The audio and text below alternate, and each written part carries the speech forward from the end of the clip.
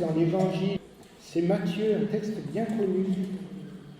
Matthieu 11, 25 à 30. En ce temps-là, Jésus prit la parole et dit : Père, Seigneur du ciel et de la terre, je proclame ta louange.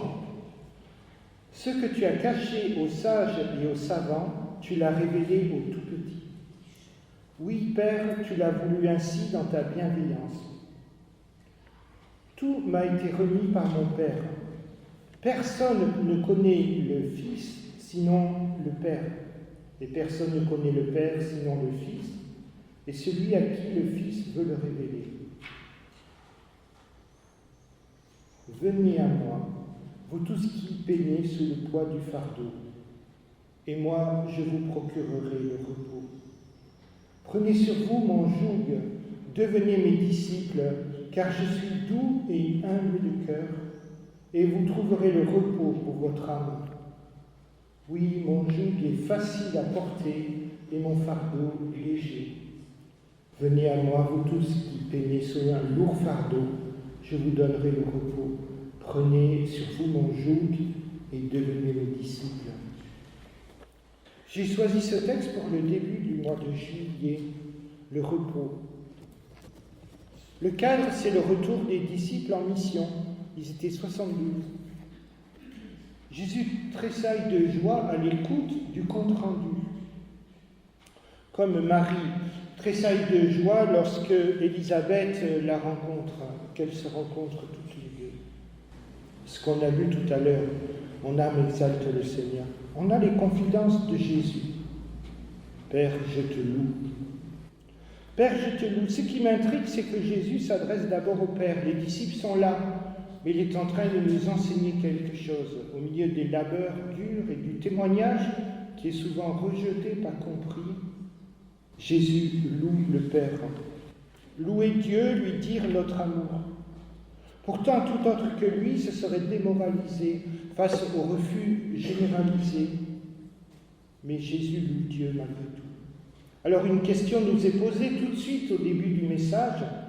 Comment trouver le chemin de l'action de grâce ? Et je dirais donc le chemin de Dieu.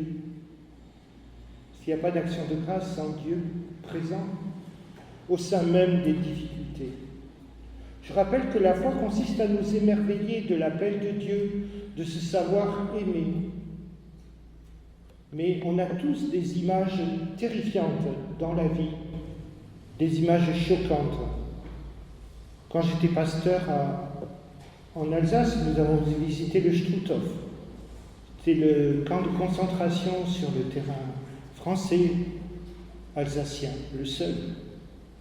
Des images qui restent. Et là, c'est difficile de dire « Père, je te loue », mais nous pouvons dire « Seigneur, délivre-moi ». Jésus le fait, hein, « Délivre-moi de cette coupe ». Avec les jeunes que j'ai amenés du catéchisme, parce qu'ils voulaient le voir, nous avons prié au Struthof pour demander pardon à Dieu pour ce que les hommes sont capables de faire.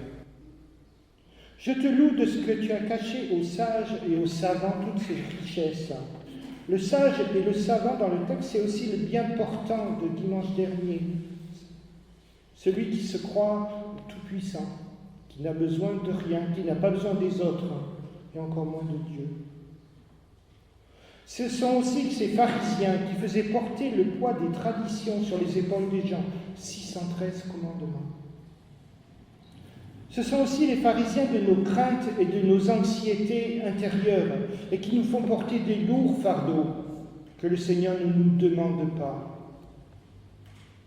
J'observe alors que les sages et les savants se fatiguent. Tous ceux qui passent leur temps à chercher à se justifier à cause de la peur, à chercher Dieu par les œuvres.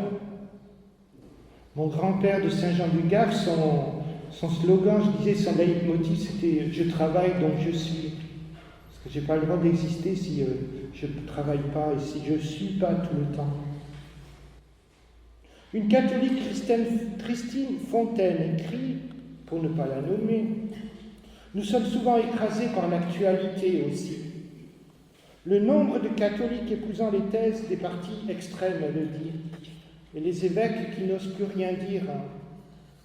Et vous avez les partis extrêmes qui prennent possession des médias. Alors, je n'approfondis pas, mais il faut faire attention. Matthieu, tu l'as révélé au tout petit. Psaume 8, de la bouche des enfants tu tires une louange. Ce sont en hébreu les Anaouim, les pauvres du Seigneur. Les pauvres du Seigneur. De eux tu tires une louange. Et ça tombe bien, il n'y a pas de plus humble que moi. Plus sérieux, si vous ne devenez pas comme des petits-enfants, dit Jésus, on ne creuse pas le mystère de Dieu seulement avec les méninges, mais avec le cœur. Pourquoi questionne l'enfant sans arrêt, l'enfant qui a la capacité de questionner et de s'émerveiller. Dans une petitesse, forme de petitesse, accepter que Dieu se dise à nous. Non pas comme moi, j'imagine, mais comme lui se dit à moi. Oui, Père, tu l'as voulu ainsi. Personne ne connaît le Père sinon le Fils, celui qui vient du Père. Et là, les témoins de Jéhovah ont un problème, parce qu'ils ne reconnaissent pas que Jésus est Dieu venu sur la terre. Comme dit la pub, allô patron, on est mal. Ils veulent faire des études bibliques, mais ils ne connaissent pas le Père, puisque le Père, il n'y a que le Christ qui peut nous le faire connaître. Prenez sur vous mon joug. J'ai parlé tout à l'heure des 613 commandements, du poids de la tradition dans le judaïsme. À cela, Jésus propose le fardeau léger.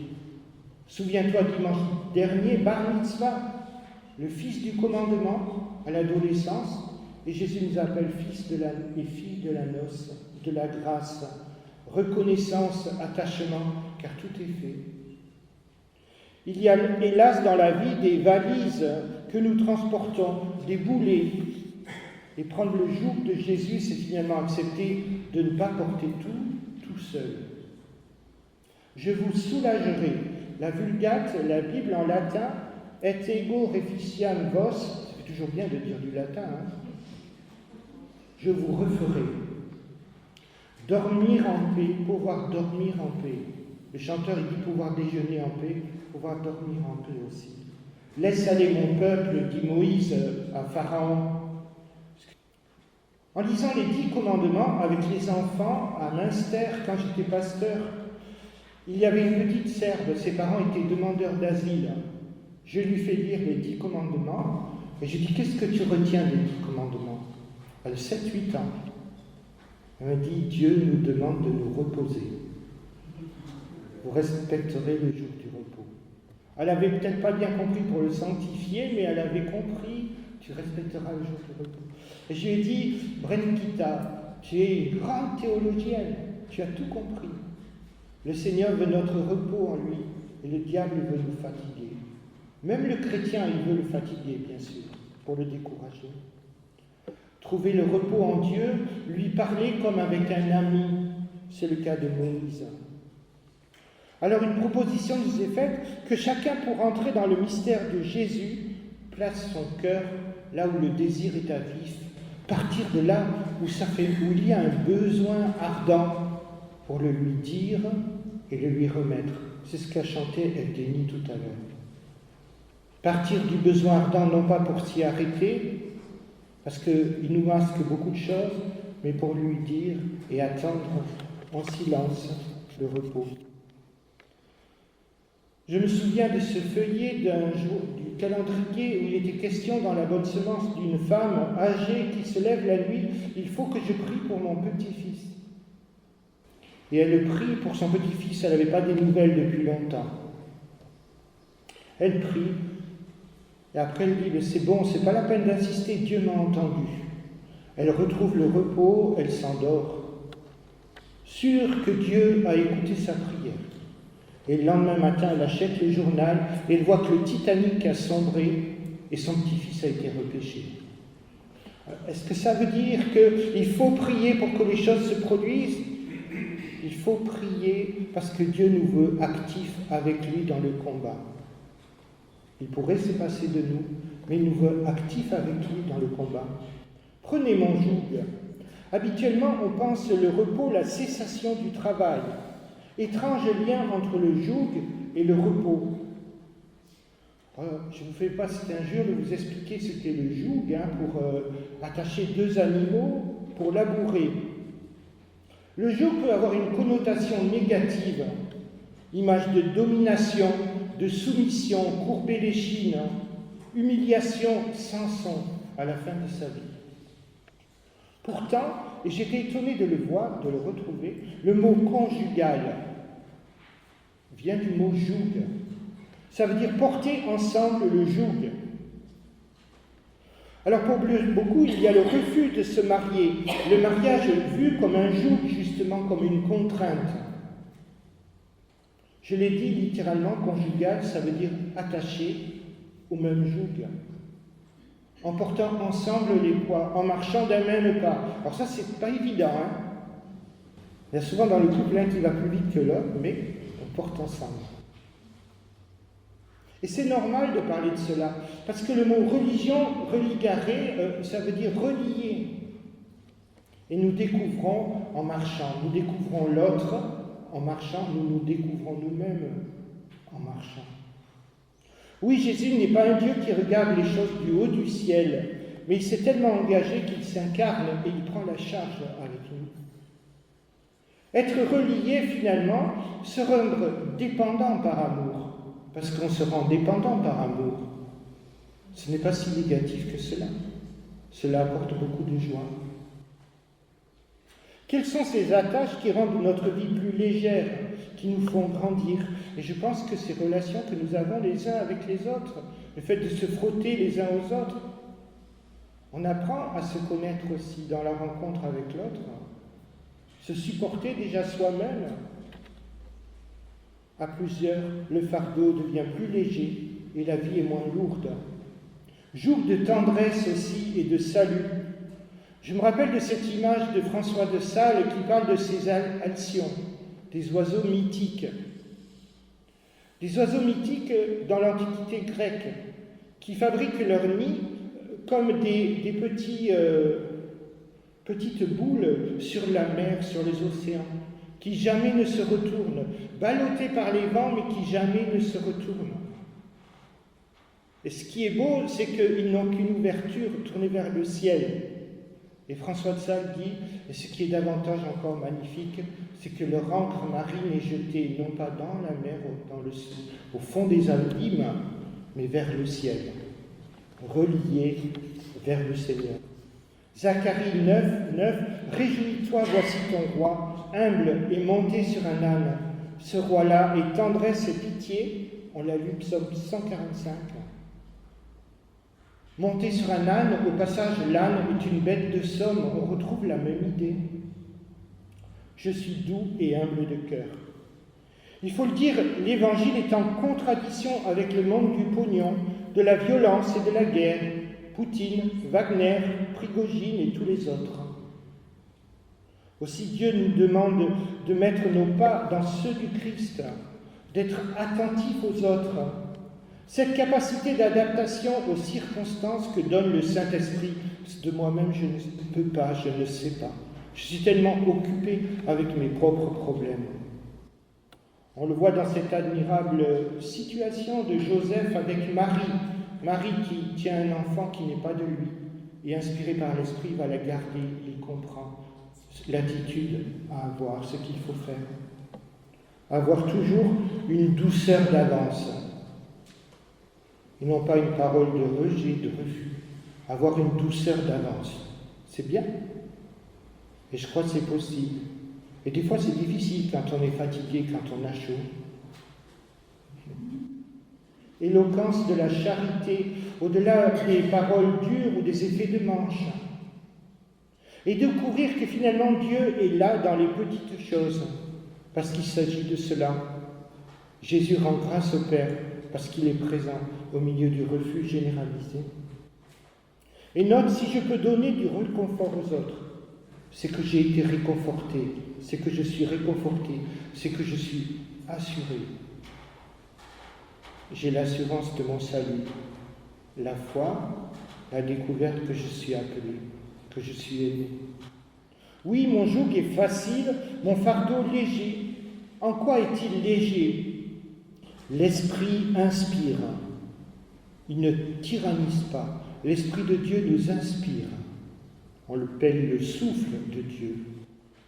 J'aime bien parler en termes musicaux. La Bible est la partition. L'Esprit Saint est le professeur. Il nous enseigne comment jouer la musique. Il y a toute la liberté créatrice, la liberté d'interprétation. Chacun à sa façon. Et mieux nous appliquons la Bible, mieux nous écoutons les conseils du professeur, mieux nous serons dégagés des obligations et les choses deviendront belles. Serons moins inquiets du solfège et nous pourrons exprimer toutes les émotions. Anselme Grün dit « Le Seigneur, au lieu de nous écraser, nous offre légèreté et liberté. » Paul prévient « Faites attention, c'est à la liberté que vous avez été appelés et ne vous laissez pas mettre sous un joug. » C'est tellement important. Même pas un joug de l'Église, même pas un joug de la tradition, pas une seconde. Même pas une minute, un joug d'une institution, mais conduit par son esprit. Pas n'importe quoi, selon les Écritures. Oui, nous rappelons que l'Esprit donne tout à la fois la force et la légèreté, le sérieux et l'humour. J'aime bien parler d'humour. Hier, je parlais parce qu'il y a le salon des écrivains dans le jardin des Cordeliers. Je parlais avec des écrivains et je parlais de la question de l'humour dans la tradition juive pour tous ceux qui ont vécu des choses tellement difficiles. Cette dame avec qui je parlais, ma grand-mère, était juive séfarade. Et ça me parle. Dieu nous permet à la fois le sérieux et l'humour, ou alors la joie, si vous préférez dire comme cela. Oui, le joug, ça nous parle de la relation à l'autre, d'un lien.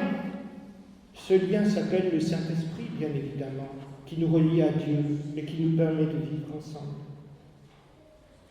En ce temps-là, Jésus prend la parole et dit « Père, Seigneur du ciel et de la terre, je te loue. Magnifique est le Seigneur. »